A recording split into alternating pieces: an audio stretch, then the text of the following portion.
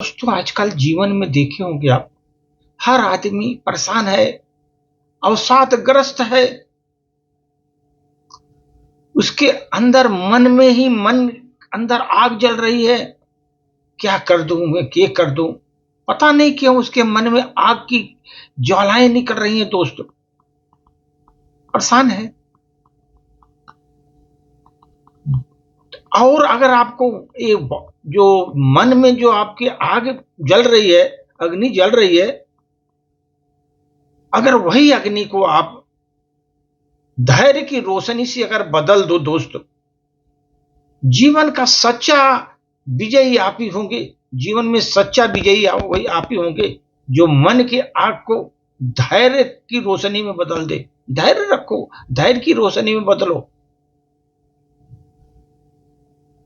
आज हम लोगों का सबसे बड़ा संकट क्या है दोस्त, बताऊं?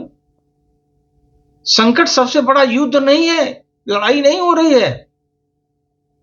हर छोटी बात पर हम तुरंत भड़क जाते हैं।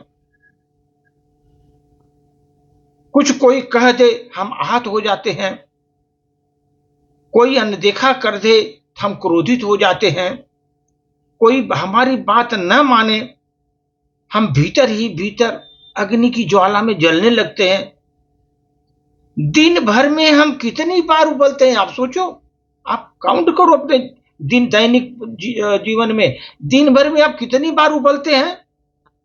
शाम तक याद भी नहीं रहता कि हम कितनी बार उबले थे। फिर उसी क्षण हम कुछ शब्द ऐसे बोल देते हैं कि रिश्तों पर अस्थायी निशान छोड़ देते हैं। समस्याएं घटनाएं नहीं होती, समस्या वो घटित नहीं होती। समस्याएं हमारी तुरंत प्रतिक्रिया है। जब हम प्रतिक्रिया देते हैं तो क्योंकि हम अपने हमको बचाना चाहते हैं, प्रतिक्रिया देते हैं वहां तुरंत। हम उत्तर नहीं देते दोस्त किसी को, क्योंकि उत्तर देने के लिए ठहराव चाहिए और ठहराव के लिए आत्मबल की जरूरत होती है। आत्मबल की जरूरत होती है ठहराव के लिए। आदमी तुरंत कोई कुछ बोला तुरंत उस पर प्रत्युत्तर देते हैं लोग। जब श्री राम को वनवास मिला दोस्त, जब श्री राम जी को वनवास मिला, पूरी अयोध्या जो है ना स्तब्ध हो गई।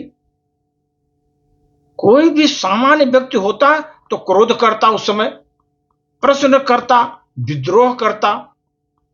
अरे राज तिलक हो रहा है, एकाएक उनको वनवास मिला। कोई सामान्य व्यक्ति वहां होता तो क्रोध करता, प्रश्न करता, विद्रोह करता। पर राम ने क्या किया समझे आप? वो उबले नहीं, वहां ठहरे भी नहीं। उस ठहराव में ही उनका उत्तर छिपा था। तुरंत वनवास चले गए।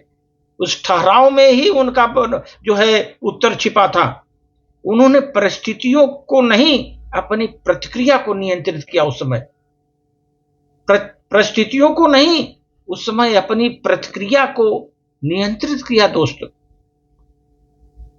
राम का महान होना जो है उनके तीर धनुष में नहीं, राम का महान होना उनके तीर धनुष में नहीं था, उनके मन का संतुलन था। उतना संतुलन वो बनाए, धैर्य रखे। हम क्यों बोलते हैं दोस्त, कभी समझा?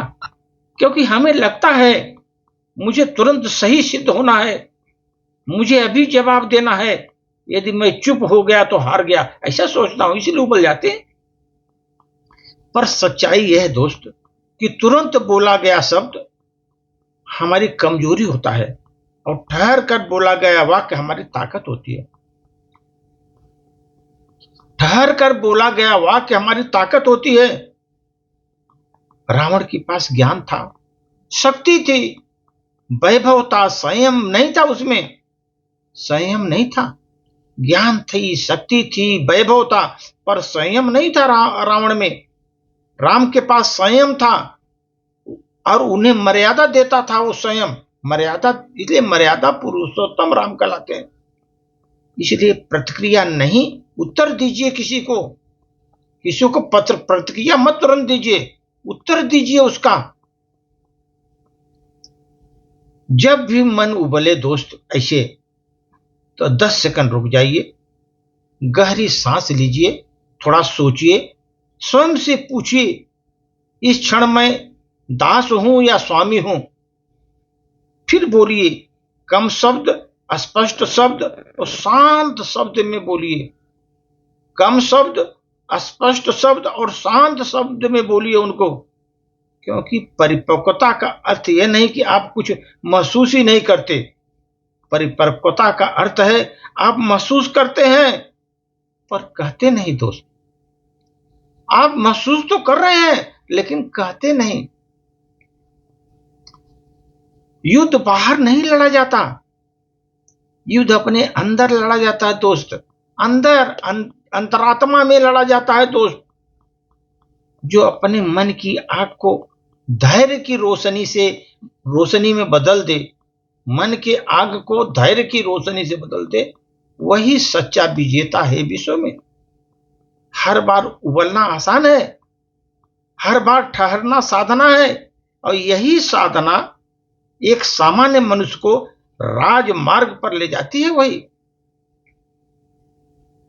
हर बार ठहरना जो साधना है उसको आदमी को राम के मार्ग पर ले जाती है, उसकी साधना। दोस्तों, कभी भी जीवन में मन को इतना मजबूत बनाओ, कोई भी बदलाव तुम्हें दुखी न कर सके। जीवन में कोई भी बदलाव आता है दुखी न कर सके, तुम्हारा संतुलन न बिगाड़ सके। कोई भी बदलाव आप तुम्हारा संतुलन न बिगाड़ सके। हर परिस्थिति के अनुसार स्वयं को ढालना सीखो। हर परिस्थिति के अनुसार अपने स्वयं को ढालना सीखो। यही सच्चा धैर्य है और यही जीवन की असली समझ है दोस्त। जो समझ गया महान हो गया, उसका जीवन बहुत सुखमय हो गया। धन्यवाद।